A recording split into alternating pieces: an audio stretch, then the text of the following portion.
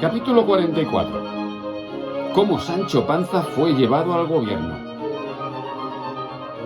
Y de la extraña aventura que en el castillo sucedió a Don Quijote. Dicen que en el propio original de esta historia se lee que llegando Cide Hamete a escribir este capítulo, no le tradujo su intérprete como él le había escrito, que fue un modo de queja que tuvo el moro de sí mismo por haber tomado entre manos una historia tan seca y tan limitada como esta de Don Quijote, por parecerle que siempre había de hablar de él y de Sancho, sin osar extenderse a otras digresiones y episodios más graves y más entretenidos. Y decía que el ir siempre ha tenido el entendimiento, la mano y la pluma a escribir de un solo sujeto y a hablar por las bocas de pocas personas era un trabajo incomportable, cuyo fruto no redundaba en el de su autor, y que por huir de este inconveniente había usado en la primera parte del artificio de algunas novelas, como fueron la del curioso impertinente y la del capitán cautivo, que están como separadas de la historia, puesto que las demás que allí se cuentan son casos sucedidos al mismo Don Quijote, que no podían dejar de escribirse. Como el propio Cervantes se autojustifica la forma de escribir, la forma de estructurar su libro. También pensó, como él dice, que muchos, llevados de la atención que piden las hazañas de Don Quijote, no la darían a las novelas, y pasarían por ellas o con priesa o con enfado, sin advertir la gala y artificio que en sí contienen, lo cual es verdad, se ve que se lo habían comentado. El cual se mostrara bien al descubierto cuando por sí solas, sin arrimarse a las locuras de Don Quijote ni a las sandeces de Sancho, salieran a la luz.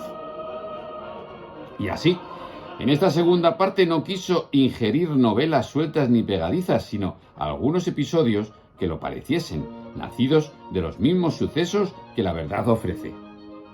Y aun estos limitadamente y con solas las palabras que bastan a declararlos. Y pues se contiene y cierra en los estrechos límites de la narración, teniendo habilidad, suficiencia y entendimiento para tratar del universo todo, pide no se desprecie su trabajo y se le den alabanzas, no por lo que escribe, sino por lo que ha dejado de escribir. Desde luego el segundo libro no tiene nada que ver con el primero son más como unas historietas una detrás de otra, y este tiene una narración mucho más moderna, más coherente, mucho mejor. A mí me gusta más el segundo libro. Y luego prosigue la historia diciendo que en acabando de comer Don Quijote el día que dio los consejos a Sancho, aquella tarde se los dio escritos para que él buscase quien se los leyese, pero apenas se los hubo dado cuando se le cayeron y vinieron a manos del duque, que los comunicó con la duquesa, y los dos se admiraron de nuevo de la locura y del ingenio de Don Quijote. Y así, llevando adelante sus burlas, aquella tarde enviaron a Sancho con mucho acompañamiento al lugar que para él había de ser ínsula. Acaeció pues que el que llevaba a cargo era un mayordomo del duque, muy discreto y muy gracioso, que no puede haber gracia donde no hay discreción. Discreción siempre se entiende inteligencia. El cual había hecho la persona de la condesa Trifaldi con el donaire que queda referido. Y con esto, y con ir industriado de sus señores de cómo se había de haber con Sancho, salió con su intento maravillosamente. Digo pues, que acaeció que así como Sancho vio al tal mayordomo, se le figuró en su rostro el mismo de la Trifaldi, y volviéndose a su señor, le dijo: «Señor, o a mí me ha de llevar el diablo de aquí de donde estoy en justo y en creyente, o vuesa merced me ha de confesar que el rostro de este mayordomo del duque, que aquí está, es el mismo de la dolorida». Miró Don Quijote atentamente al mayordomo, y habiéndole mirado, dijo Sancho: No hay para qué te lleve el diablo, Sancho, ni en justo ni en creyente. Que no sé lo que quieres decir, que el rostro de la dolorida es el del mayordomo. Pero no por eso el mayordomo es la dolorida, que a serlo implicaría contradicción muy grande. Y no es tiempo ahora de hacer esas averiguaciones, que sería entrarnos en intrincados laberintos. Créeme, amigo, que es menester rogar a nuestro Señor muy de veras que nos libre a los dos de malos hechiceros y de malos encantadores. No es burla, señor, replicó Sancho, sino que denantes le oí hablar y no pareció sino que la voz de la Trifaldi me sonaba en los oídos. Ahora bien, yo callaré, pero no dejaré de andar advertido de aquí en adelante a ver si descubre otra señal que confirme o desfaga mi sospecha. Así lo has de hacer, Sancho, dijo Don Quijote, y darásme aviso de todo lo que en este caso descubrieres y de todo aquello que en el gobierno te sucediere. Salió, en fin, Sancho acompañado de mucha gente, vestido a lo letrado, y encima un gabán muy ancho de chamelote de aguas leonado, que quiere decir una tela de seda, lana y pelo de cabra, y con dibujo de aguas y de color amarillento. Con una montera de lo mismo, sobre un macho a la jineta, que quiere decir con los estribos cortos y las piernas encogidas, y detrás de él, por orden del duque, iba el rucio con jaeces y ornamentos jumentiles de seda y flamantes. Volvía Sancho la cabeza de cuando en cuando a mirar a su asno, con cuya compañía iba tan contento que no se trocara con el emperador de Alemania. Al despedirse de los duques les besó las manos y tomó la bendición de su señor, que se la dio con lágrimas, y Sancho la recibió con pucheritos. Deja, lector amable, ir en paz y enhorabuena al buen Sancho, y espera 2 fanegas de risa que te ha de causar el saber cómo se portó en su cargo, y en tanto atiende a saber lo que le pasó a su amo aquella noche, que si con ello no rieres, por lo menos desplegarás los labios con risa de gimia, porque los sucesos de Don Quijote o se han de celebrar con admiración o con risa.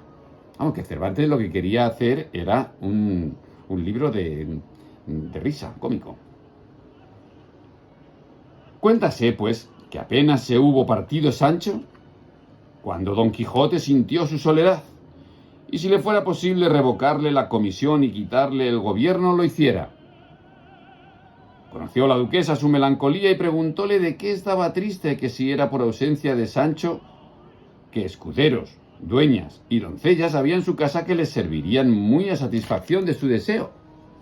Verdad es, señora mía, respondió Don Quijote, que siento la ausencia de Sancho, pero no es esa la causa principal que me hace parecer que estoy triste, y de los muchos ofrecimientos que vuestra excelencia me hace solamente, acepto y escojo el de la voluntad con que se me hacen, y en lo demás suplico a vuestra excelencia que dentro de mi aposento consienta y permita que yo solo sea el que me sirva. En verdad, dijo la duquesa, señor Don Quijote, que no ha de ser así, que le han de servir 4 doncellas de las mías hermosas como flores. Para mí, respondió Don Quijote, no serán ellas como flores, sino como espinas que me puncen el alma. Así entrarán ellas en mi aposento, ni cosa que lo parezca, como volar. Si es que vuestra grandeza quiere llevar adelante el hacerme merced, sin yo merecerla, déjeme que yo me las haya conmigo y que yo me sirva de mis puertas adentro, que yo ponga una muralla en medio de mis deseos y de mi honestidad. Y no quiero perder esta costumbre por la liberalidad que vuestra Alteza quiere mostrar conmigo. Y en resolución, antes dormiré vestido que consentir que nadie me desnude. No más, señor Don Quijote, replicó la duquesa. Por mí digo que daré orden que ni aun una mosca entre en su estancia, no que una doncella. No soy yo persona que por mí se ha de descabalar la decencia del señor Don Quijote, que, según se me ha traslucido, la que más campea entre sus muchas virtudes es la de la honestidad. Desnúdese vuesa merced y vístase a sus solas, y a su modo, como y cuando quisiere, que no habrá quien lo impida, pues dentro de su aposento hallará los vasos necesarios al menester del que duerme a puerta cerrada, porque ninguna natural necesidad le obligue a que la abra. ¡Viva 1000 siglos la gran Dulcinea del Toboso! Y sea su nombre extendido por toda la redondez de la tierra, pues mereció ser amada de tan valiente y tan honesto caballero, y los benignos cielos infundan en el corazón de Sancho Panza, nuestro gobernador, un deseo de acabar presto sus disciplinas, para que vuelva a gozar el mundo de la belleza de tan gran señora.